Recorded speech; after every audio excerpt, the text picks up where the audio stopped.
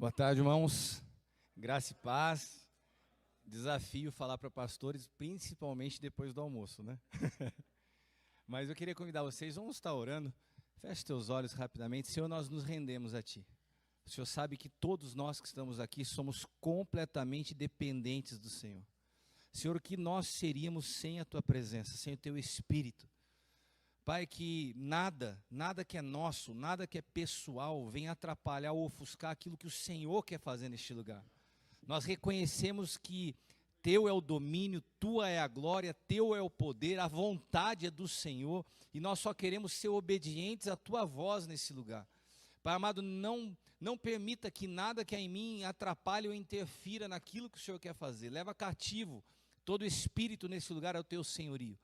Que nós possamos estar com a guarda baixa para que o Teu Espírito Santo encontre em nós um coração aberto para ser orientado, corrigido, ensinado. Livra-nos dos nossos preconceitos, das nossas opiniões, as nossas teologias, os nossos achismos, para que o Senhor encontre em nós um ambiente livre de todo o histórico pessoal, que tanto interfere na nossa maneira de interpretar a Tua voz.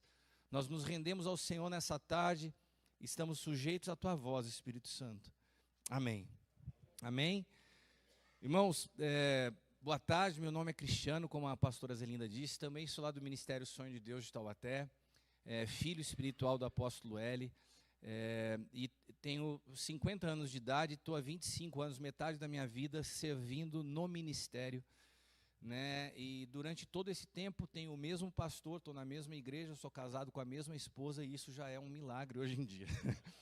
Infelizmente, né? Tenho o mesmo pastor minha vida toda, estou no mesmo ministério, casado com a mesma esposa. E esse trabalho que a pastora Zelinda falou se iniciou 10 anos atrás, porque nós somos uma igreja local. Deus nos deu uma visão ao apóstolo L, que nós, quando nós nascemos, nós viemos originários da Igreja do Evangelho Pleno. Chegou um momento que o bispo da igreja deu autonomia para todas as igrejas, então nós não nascemos de uma divisão, de um racha, nós fomos enviados e ele nos deu liberdade para iniciar um ministério. Quando nasceu, a gente queria ouvir a voz de Deus, aonde nós vamos nos pautar, em que linha nós vamos seguir, e foi então que o Senhor nos deu uma palavra: ser a igreja que um dia Ele sonhou, não aquilo que um homem deseja.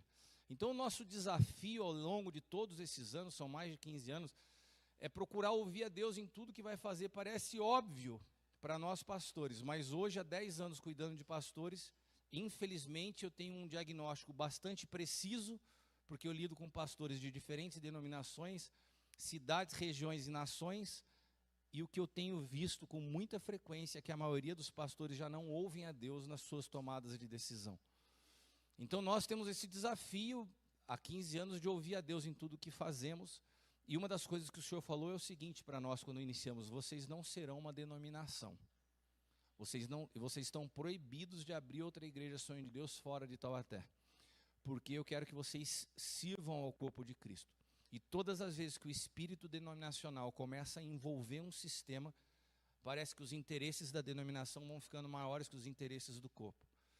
E acaba se criando uma concorrência, e no mesmo momento que você vem para servir uma região, quando você vê a oportunidade de abrir o seu ministério, você abre, e as pessoas que você ajudou, amanhã você está atrapalhando. Então, foi uma maneira que nos preserva. Então, todas as cidades que nós passamos cuidando, nós nunca tivemos interesse, porque somos proibidos por Deus de abrir uma igreja. Então, eu acho importante falar isso para vocês, porque o nosso único objetivo de estar aqui é estar servindo vocês com aquilo que o Senhor tem nos falado lá. Temos total consciência que não somos melhores do que ninguém. Estou vendo aqui muita gente com muito mais bagagem e experiência do que a gente, mas nós somos um corpo, nós precisamos uns dos outros e a gente se complementa. Então a nossa ideia é completar em vocês aquilo que vocês também já estão fazendo, e que juntos a gente possa se fortalecer como igreja nessa nação, num momento tão importante, tão decisivo que nós estamos vivenciando. Acho que é muito importante que nós tenhamos essa clareza e essa consciência. Então, o fato de estar ministrando para pastores, hoje eu cuido de mais de 200 pastores, tenho entendido a importância de que pastores não caminhem sozinhos. É um perigo você se sujeitar às suas opiniões e fazer as coisas do seu jeito. todos nós fomos construídos e criados por Deus para caminharmos junto com alguém, né? Então, do mesmo jeito que nós pastoreamos, nós devemos ser pastoreados. E durante esses anos, servindo a esses pastores, a gente começa a ter uma clareza, e pastores de diferentes denominações. Tem pastores que caminham comigo, que são batistas, presbiterianos, e a Assembleia de Deus, eu poderia citar Quadrangular, e a gente acaba, Deus vai nos capacitando a entender como você falar. Parece uma coisa interessante, né? Mas você tem uma maneira de falar para você não ferir ninguém, porque cada um pensa de um jeito, cada um tem uma linha doutrinária, e uma das maneiras que o Senhor foi construindo em mim foi ensinando as realidades da nova aliança, o novo pacto, a centralidade de Cristo. Quando nós chegamos em Cristo e quando nós entendemos a mudança que há antes da cruz, na maneira de Deus trabalhar com o homem e depois, tudo fica muito mais claro. E aquilo que parece óbvio, de fato não é. Tem alguém que um dia disse que o óbvio precisa ser dito, e de fato precisa. Irmãos, assim como a Irene, eu também sou formado, sou teólogo, na verdade eu sou engenheiro civil de formação, eu tenho um MBA em gestão empresarial, mas eu fiz uma faculdade de teologia, e tudo que eu também ministro hoje eu não aprendi na faculdade de teologia. Eu tive uma experiência muito profunda com a cruz de Cristo há 10 anos atrás. Minha empresa entrou num processo, sou engenheiro civil, como eu falei, tem uma construtora que tem 40 anos de existência, de história.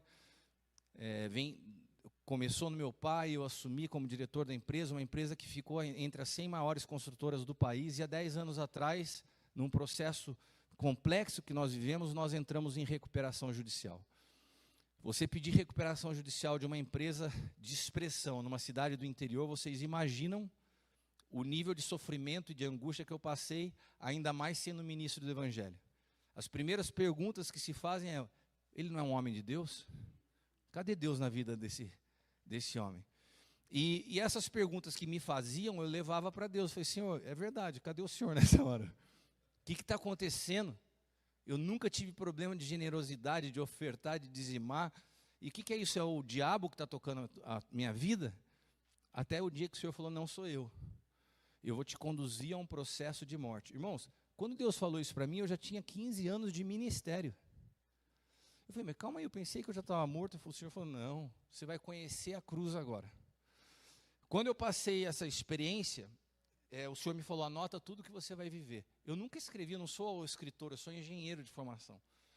Mas eu escrevi toda essa experiência com a cruz nesse livro que se chama Cristo de Dentro para Fora.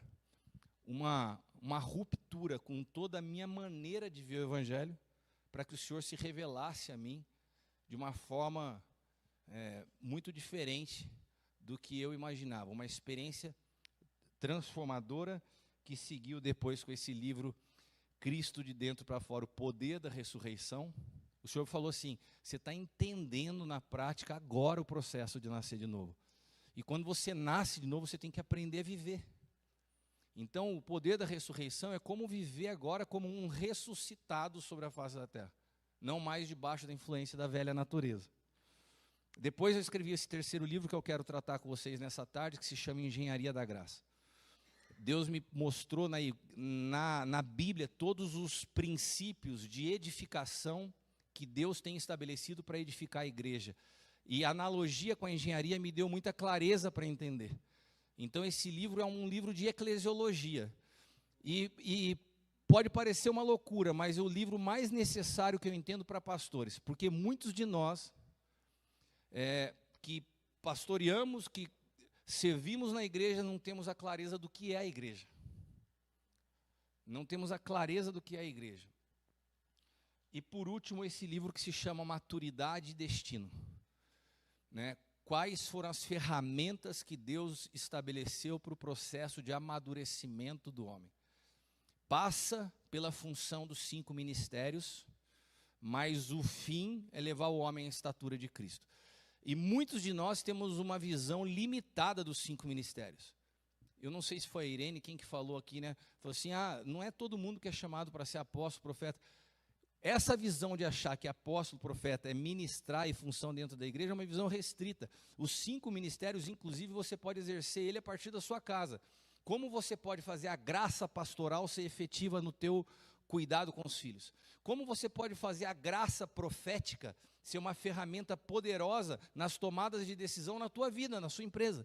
Então essas 5 graças ministeriais, elas não são só exclusivas para o uso dentro da eclésia. Elas também podem ser ferramentas no nosso dia a dia. Inclusive nós precisamos delas. Por exemplo, quantos de nós não precisamos um dia ser mestre para poder ter pedagogia para falar com o filho? Nós dependemos das graças de Deus. Em medidas diferentes, existem medidas de ofício, de unção e de dom, mas precisamos, e é isso que nos leva ao amadurecimento. Até que todos alcancem a estatura de Cristo. Irmãos, a Zelinda falou isso na primeira palavra dela, a gente se confortou num período como igreja a levar as pessoas à salvação. E daí a gente começou a produzir uma igreja expressiva em termos de números, mas imatura. Porque nós parávamos o processo no alcance das almas, mas nós esquecíamos a responsabilidade de levar a todos à estatura de Cristo. Então ficou uma igreja grande em número, mas imatura, e daí não tem poder de transformação efetivo na sociedade. Então esse livro também eu creio que é importante na realidade desses dias. Tem uma foto também da minha família, que eu acho que é o mais importante. Essa é a minha esposa, meus filhos. Sou casado com a Leila, esse ano nós completamos 25 anos, vamos fazer bodas de prata. E eu tenho, o Caio está com 20 anos fazendo faculdade de Direito, e a Bruna, que com 16 esse ano presta vestibular para medicina. E essa é a base que me fez suportar todas as lutas durante esses anos, porque uma coisa que Deus firmou uma aliança comigo, falou assim, eu vou te levar para a cruz, mas se você me obedecer, a sua família sai intocável desse processo. E de fato tudo foi tocado, perdi muitas coisas, diria que em termos materiais perdi tudo, perdi o ano passado a minha mãe também numa enfermidade, mas a minha família ficou preservada e nós saímos desse processo muito mais maduros e com muito mais clareza do que é a vida com Cristo. E eu queria poder, nessa tarde, no tempo que eu tenho, servir um pouco vocês, porque em tudo que nós estamos vendo, eu percebo que existem alguns erros que são cometidos. Por exemplo, pode ser que vocês tenham visto, ouvido as mensagens dessa manhã e isso tenha mexido com você. Nossa, a gente precisa entrar nisso, a gente precisa realmente entender melhor, nós precisamos fazer algo para a nossa cidade. Se nós somos homens e mulheres de Deus, e a gente começa a ouvir essas coisas, mexe com a gente, daí cai num problema. É você tentar mudar uma realidade externa, sem uma transformação, primeiro, de uma convicção interior. Se eu perguntar num auditório como esse, quem pode me falar qual foi o primeiro milagre de Jesus, eu acho que eu estaria, quase que uma pergunta de escola dominical. Aonde foi o primeiro milagre de Jesus? Alguém se lembra? Num casamento. E o que Jesus fez naquele casamento? Ele transformou a água em vapor, sim ou não? Ele transformou a água em gelo, sim ou não? Ele transformou a água em vinho. Por quê? Aqueles aqui que estudaram teologia devem se lembrar de uma lei que se chama Lei da Primeira Menção. Todas as vezes que algo é mencionado pela primeira vez na Bíblia, tem um fundamento que você tem que colocar aos olhos. Ali era o primeiro milagre de Jesus. Ali havia um apontamento de tudo que seria o norte, o alvo do seu ministério. Era muito mais do que um simples milagre, ali apontava para aquilo que ele veio fazer. Quando Jesus está transformando a água em vinho, ele está falando o seguinte, para mim e para você, olha, a prioridade, o alvo, o centro do meu ministério não é transformar o estado das coisas, é transformar a natureza delas. Eu não vim transformar a água em gelo, vim transformar a água em vinho, eu mudei a natureza da água. Sabe, quando Jesus chega na minha vida e na sua, a primeira coisa que a gente quer é que ele transforme o estado das coisas. Eu ouço uma palavra como essa e falo assim, eu quero que ele transforme o estado, a realidade da minha cidade. Eu quero que ele transforme a minha família, eu quero que ele transforme as minhas finanças.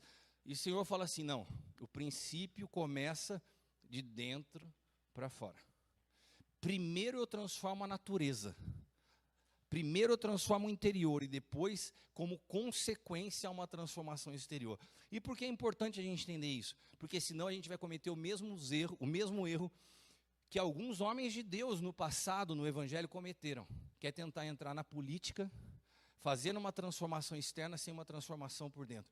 Se a gente começa a expandir essa palavra, sem uma mudança de natureza, mas Cristiano, você está falando para pastores, sim, tem muitos pastores ministrando o evangelho sem uma transformação de natureza. Transformaram o evangelho num sistema de franquias, que eles sabem como fazer, sabem como construir igrejas, sabem como atrair pessoas, mas eles mesmos não foram transformados em sua essência, suas motivações já estão corrompidas. E se as suas motivações estão corrompidas, eles vão entrar para um ambiente que só vai potencializar o problema que eles já têm. A política é uma grande lente de aumento que só vai ampliar aquilo que muitas vezes já está no nosso coração. Nós somos atraídos pelas nossas próprias concupiscências. Se você vai para a política por causa de poder, de fama, de interesse, ali é teu fim, meu irmão. Então, a primeira base que deve ser construída tem que ser, de fato, uma mudança de natureza. Mas, para isso, eu vou falar para vocês uma coisa que é muito difícil, mas eu falo porque eu vivi. Nós, como pastores, somos as pessoas mais difíceis de ouvir uma palavra e falar assim, isso é comigo. Existe uma raiz de orgulho da gente achar que já sabe tudo. O que esse cara está falando aí, eu já sei. O que esse rapaz está falando aí hoje na frente... O que ele falou, eu já falei há 30 anos. E há uma soberba instalada no meio dos pastores que a gente está desconectado da vida e não percebe. Sabe quando Adão comeu do fruto do conhecimento? E daí o Senhor falou para ele assim, ó, se você comer desse fruto, certamente morrerá. Eu acho que Adão saiu rindo, comeu e falou assim, não aconteceu nada comigo. Ele já estava morto. Ele já estava desconectado da vida. Só que ele não percebeu. Ele agora estava morto, mas tinha conhecimento. É o estado de muitos pastores hoje. Tem conhecimento, mas estão mortos espiritualmente. Então, a primeira coisa que a gente precisa ter é a humildade de falar assim, isso pode ser comigo. Eu posso, em algum momento, ter entrado num lugar da minha vida de um piloto automático que eu nem percebo o como eu já me desconectei de Deus. Irmãos, vocês se lembram do profeta Elias? Esses dias Deus estava falando comigo. Elias tinha acabado de enfrentar os profetas de Baal, tinha acabado de enfrentar, ver fogo descer do céu. De repente, aquele homem de Deus sai, e por uma ameaça de uma mulher, ele fala o seguinte, pode tirar a minha vida, eu não sou melhor que meu pai. Daí Deus precisa trazer Elias para perto, para uma caverna, para falar assim, Elias, você precisa voltar a me ouvir. Você está tão no automático que você enfrenta demônio, faz fogo descer do céu, mas uma crise te faz fazer uma oração insana, uma oração suicida. Sabe, às vezes a gente está assim, está pregando no piloto automático, a gente esconde as depressões que a gente está vivendo, as crises de fé que nós mesmos temos, porque nós já estamos desconectados da vida, mas não temos humildade, ou não temos um ambiente onde a gente se sinta seguro para se abrir. É a realidade que eu mais encontro de pastores. Quando homens que têm às vezes idade para ser meu pai, sentam comigo, se abrem comigo e me chamam de pai, sabe o que eles encontram? Segurança, só isso. Não é alguém melhor, mais capaz. Segurança, porque às vezes nas suas denominações, se eles se abrem e falam os seus problemas, eles são julgados. Cristiano, eu estou com um problema de pornografia. Cristiano, eu estou com um problema no meu casamento. Cristiano, eu estou pregando em algo que eu já não sei se eu creio mais. Estou falando de coisas que eu escuto. A gente perdeu esses ambientes para se abrir. E isso é extremamente perigoso. E eu queria lembrar vocês, eu quero dividir essa palavra em duas partes. Antes da gente entrar na parte da engenharia da graça, eu queria fazer uma pergunta para você. Guarde ela no teu coração e não me responda, mas eu quero que você tente responder para você mesmo em 5 segundos, a primeira palavra que tiver na cabeça. Quem é você?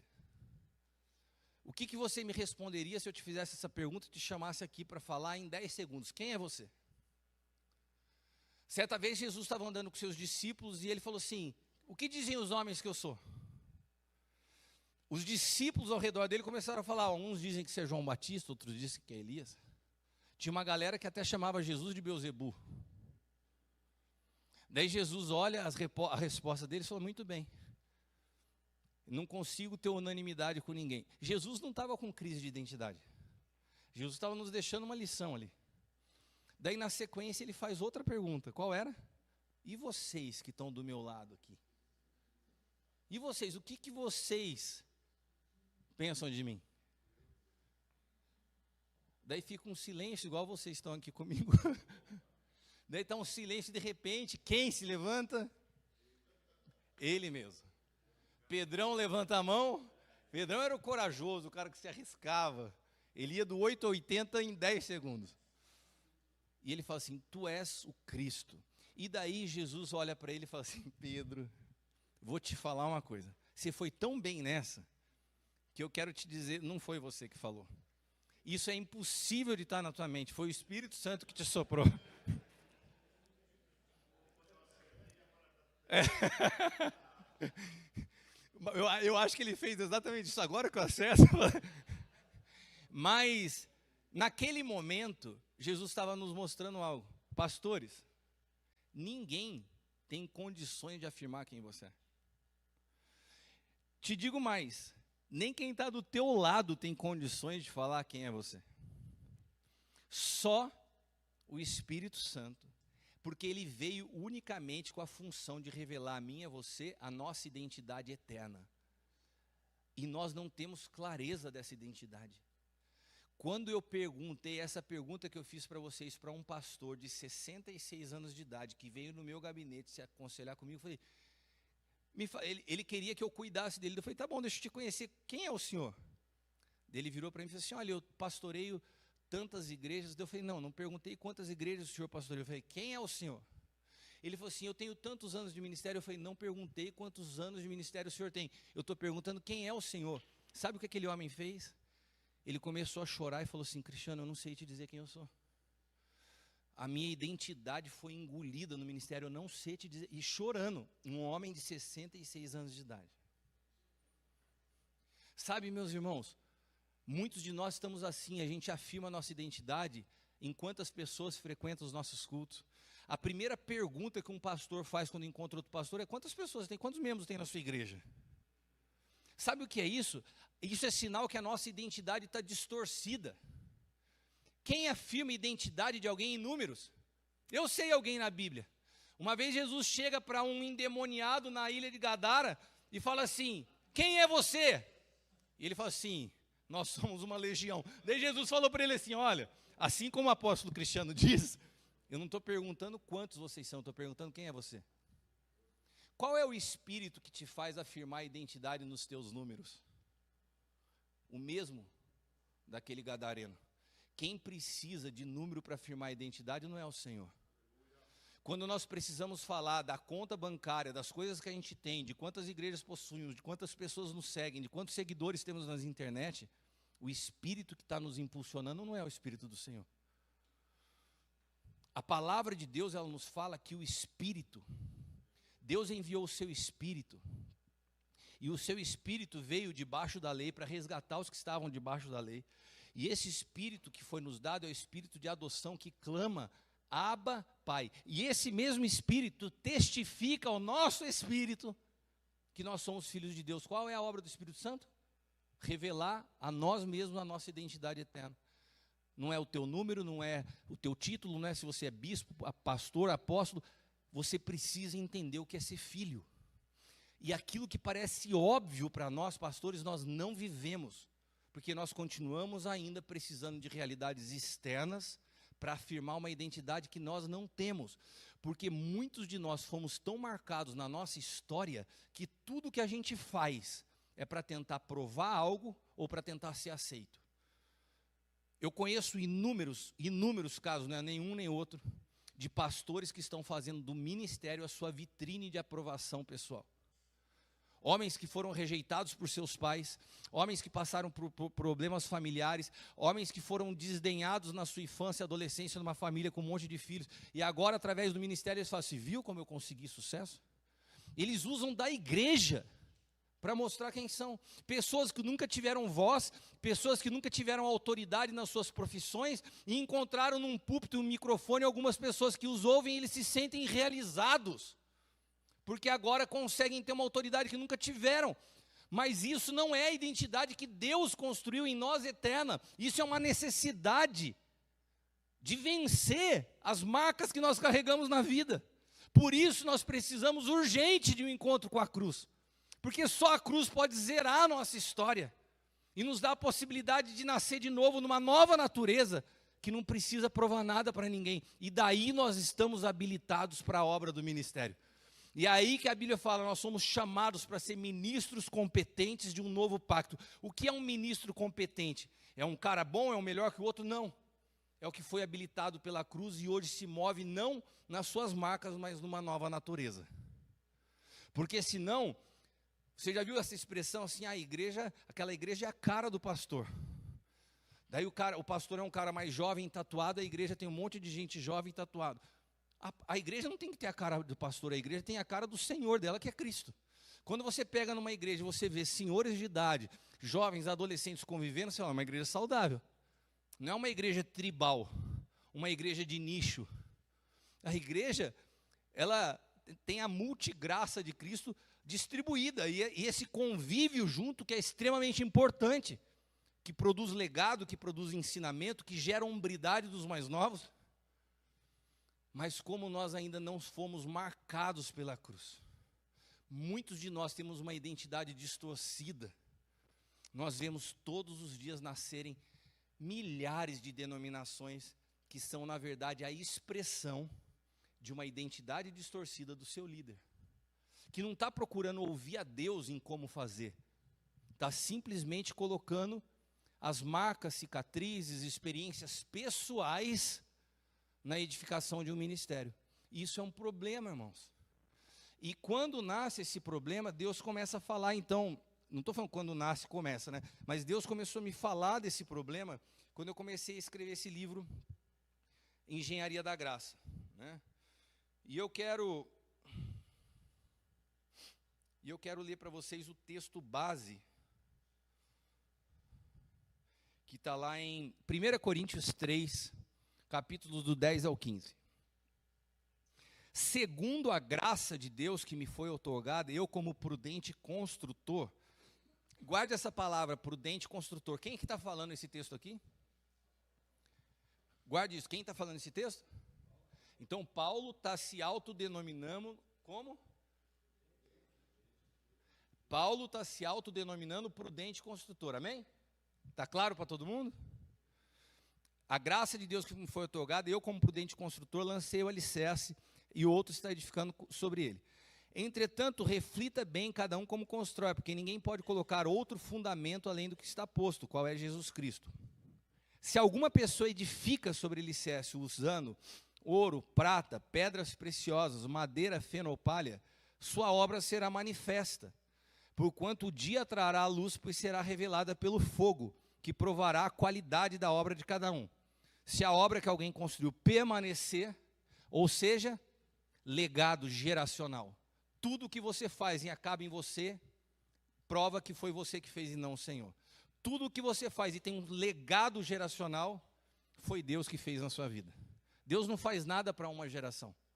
Deus sempre olha a partir de gerações. Pois será revelado pelo fogo. Se a obra que alguém construir permanecer, este receberá recompensa. Se a obra de alguém se queimar, sofrerá prejuízo. Ainda assim será salvo como alguém que escapa por entre as chamas do fogo.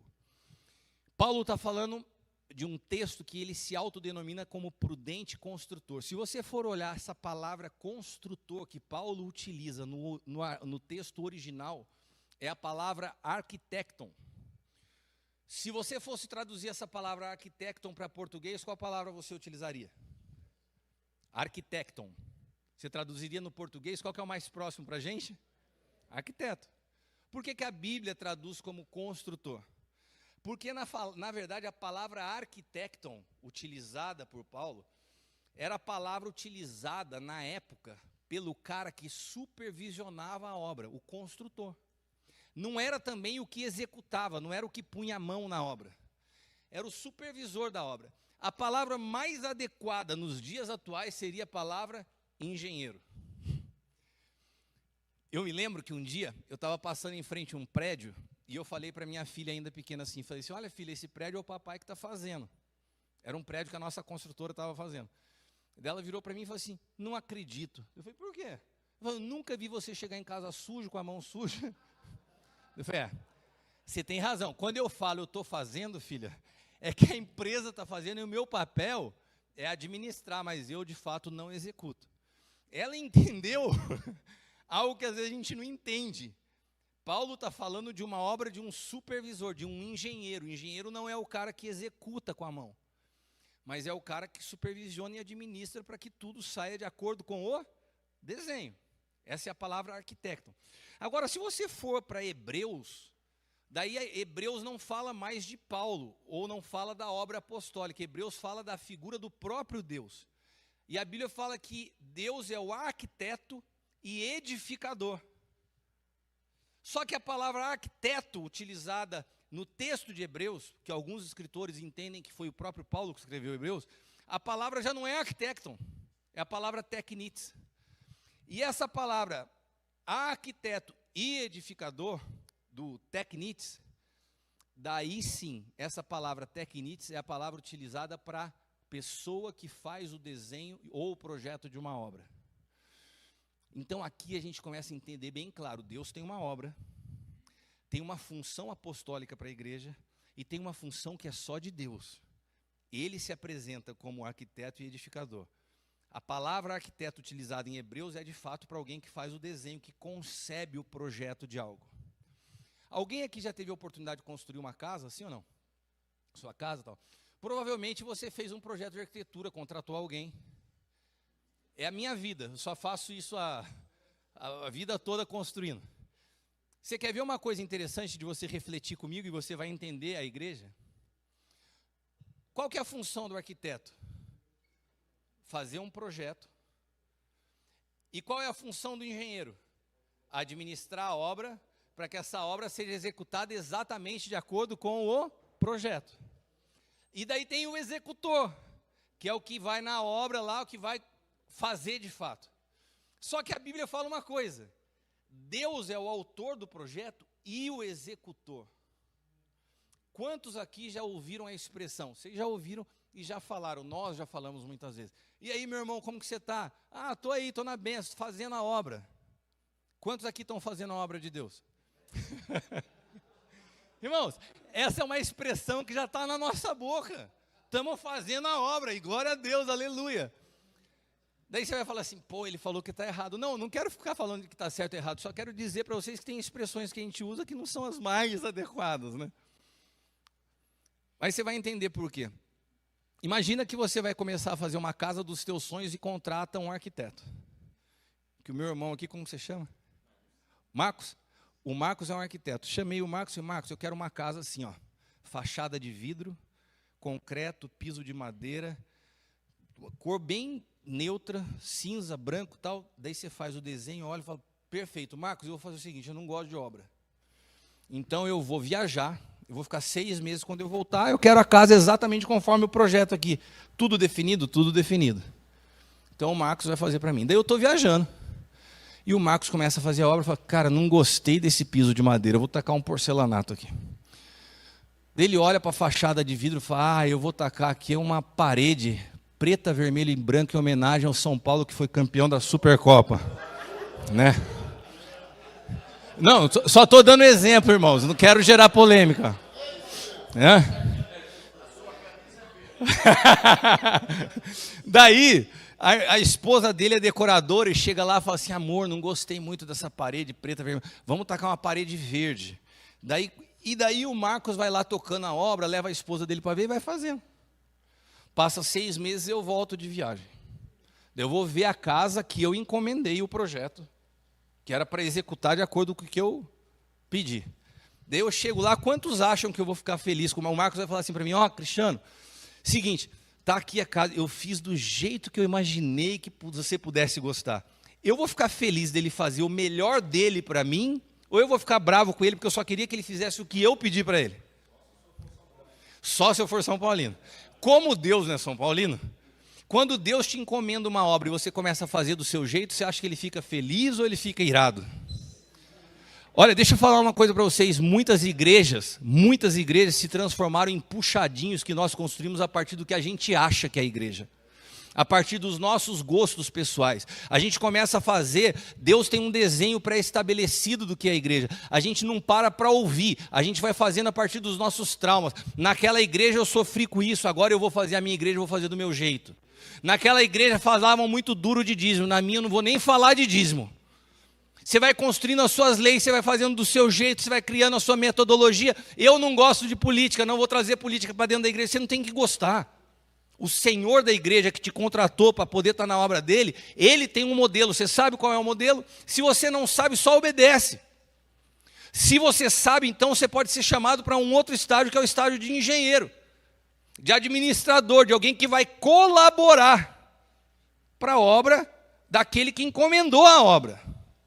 Agora, quando nós não colaboramos, nós atrapalhamos. Porque a gente vai fazendo as coisas do nosso jeito. Você entende a seriedade que está na nossa mão? Você entende? Isso tem me consumido. Todas as vezes que a gente se reúne como diretoria, eu sempre falo para o apóstolo Hélio, a gente precisa entender direitinho se é isso que Deus quer. As pessoas às vezes perguntam assim, brincam com a gente. Vocês não têm briga no ministério? Não. A única briga que a gente tem é a preocupação que todos têm, o zelo de entender o que Deus está falando para a gente obedecer. Para a Zelinda sair candidata, irmãos, foi anos orando para a gente saber, Senhor, é isso mesmo? Eu era o mais chato nisso, eu tinha uma preocupação da gente não estar queimando etapa. Porque eu entendo essa realidade. Tenho buscado viver essa realidade. Se você perguntar para mim, eu recebi propostas que eu poderia hoje estar retomando a minha vida em outra nação. Eu pastorei pastores no Japão, na Europa, nos Estados Unidos, e Deus falou assim para mim, você vai enfrentar o teu problema na tua cidade. Você não sai da tua cidade. Eu não tenho direito de dar um passo na minha vida do meu jeito, porque a minha vida pertence a Ele. E a gente vai tomando decisão todos os dias a partir do que a gente acha, dos nossos medos, das nossas vontades, ou dos nossos cansaços. Entender o desenho de Deus é fundamental. Qual é a obra de Deus? Qual a nossa responsabilidade nessa obra? Qual o material utilizado? Tudo isso são coisas que eu detalho no livro Engenharia da Graça. Eu me recordo que uma vez a gente estava construindo 2 prédios na cidade de Taubaté. E eu cheguei de longe, eu sou de canteiro de obras desde criança, meu pai é engenheiro também. E eu parei meu carro de longe, olhei um prédio sendo levantado, e eu bati o olho e falei assim, esse prédio está fora do prumo. Daí eu chamei o mestre de obra e falei, o prédio está fora do prumo, já estava na 4ª laje, concretando. Daí ele falou assim, Cristiano, não está. Eu soltei o prumo a cada concretagem. Eu falei, tá. Ele falou, não está. Bem mais velho que eu, né? Ele falou, Cristiano, como você é teimoso, eu meti o prumo. Eu falei, então faz o seguinte, solta o prumo do 4º andar até o térreo com nós dois aqui juntos. Pronto, se eu estiver errado, eu vou falar, eu errei, você está certo. E ele soltou o prumo e o prédio estava 5 centímetros fora do prumo. Daí ele falou, caramba, como que você viu isso no olho? Daí eu peguei e falei assim, Maurílio, ele chama Maurílio mesmo, você está na obra o dia inteiro. Você fica aqui, é normal. Quando você está aqui o dia inteiro, a sua visão vai ficando viciada. Eu bati o olho de longe, deu para ver, cara. Ele falou, Cristiano, estamos na 4ª laje, ainda dá tempo de corrigir. Se fosse mais algumas coisas, tinha que pôr tudo abaixo. Deixa eu te perguntar uma coisa, se a gente solta um prumo naquilo que você está fazendo hoje, e eu olho e você já avançou bastante, você tem anos de ministério, e de repente você olha e fala assim, cara, estou fazendo tudo errado, você tem coragem de falar, Deus desconstrói e faz de novo? Ou você vai falar assim, vamos tentar tocar assim mesmo, é muito prejuízo para eu parar. Quantas pessoas, quantos pastores, eu vou te falar uma coisa, irmãos, e quantos homens de Deus, até dentro da própria igreja católica, que começam a se deparar com a verdade, mas olham tudo que viveram e falam assim, se eu for parar agora e assumir o erro, o estrago, o prejuízo é muito grande. E continuam agora num nível muito pior, porque têm consciência do erro e continuam fazendo errado. Agora, passaram-se alguns meses, nós começamos a construção da 2ª torre.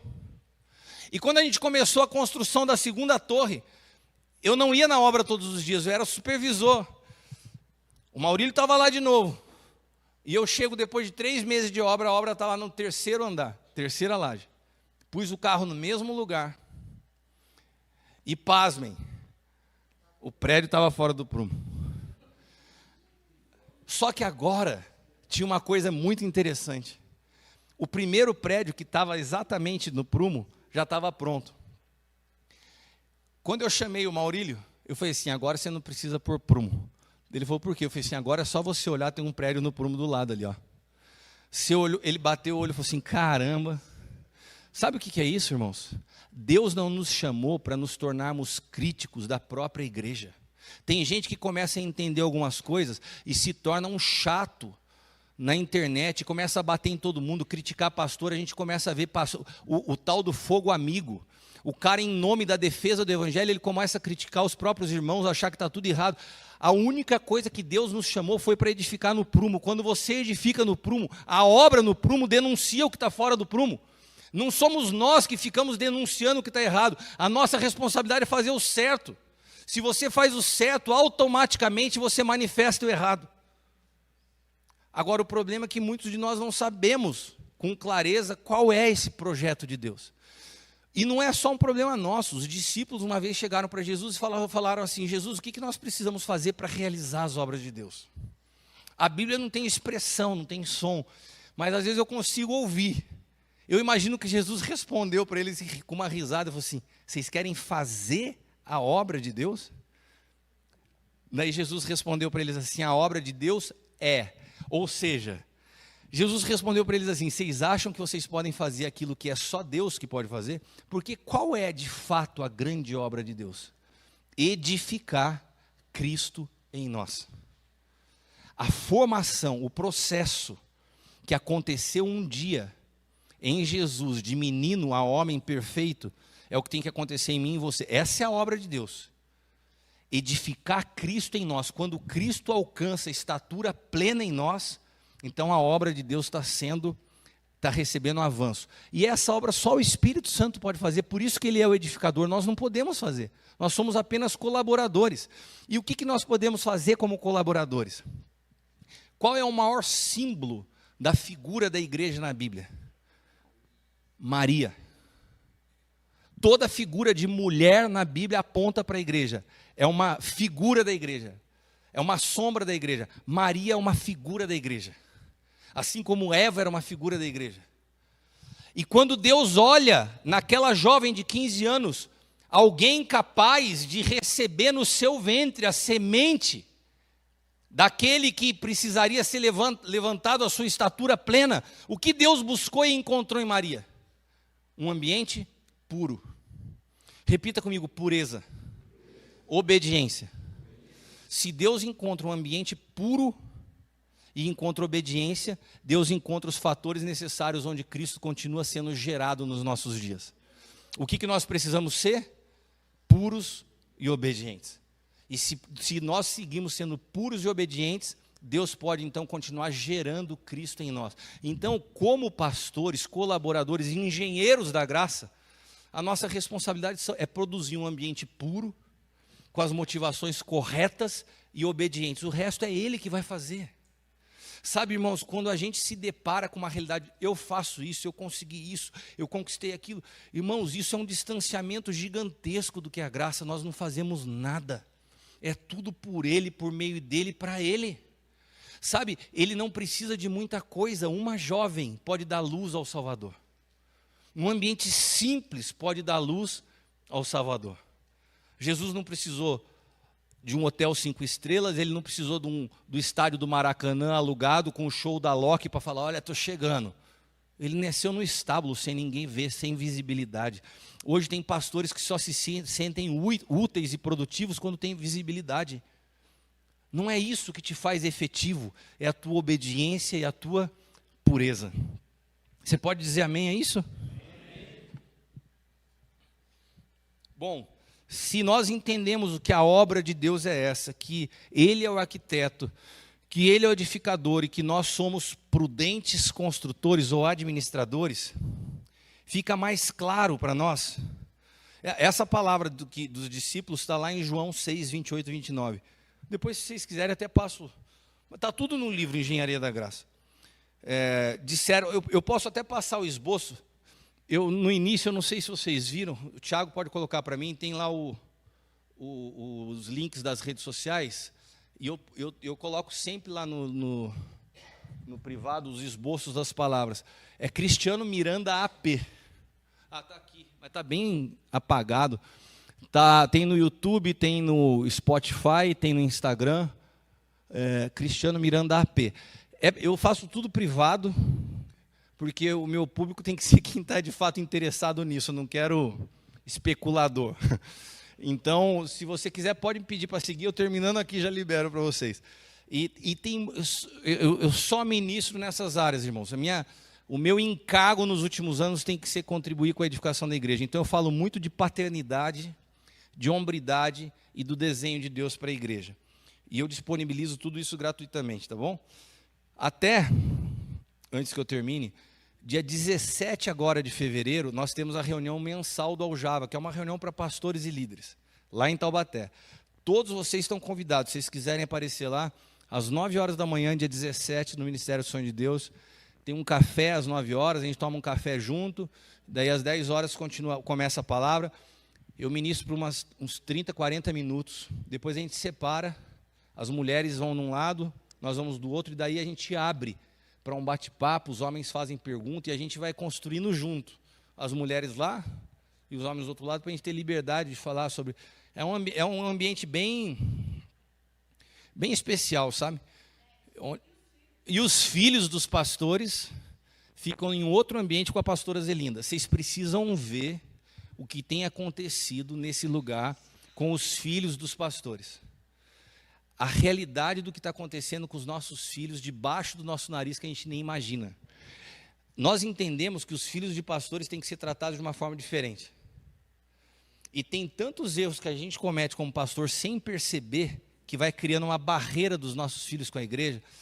E a gente tem... Bom, eu tomaria muito tempo falar só disso, do que é o cuidado que a gente tem tido com os filhos dos pastores.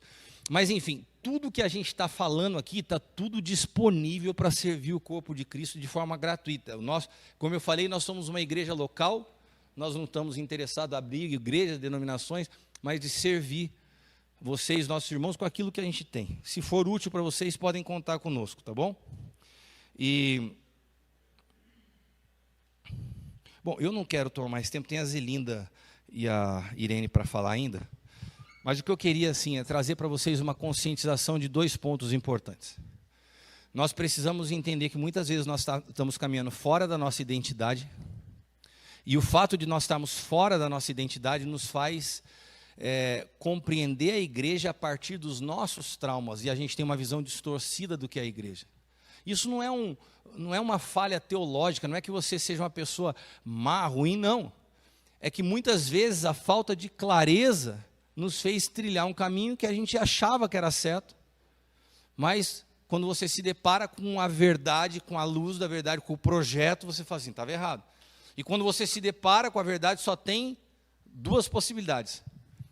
Ou você segue errado, né? Ou você produz uma mudança.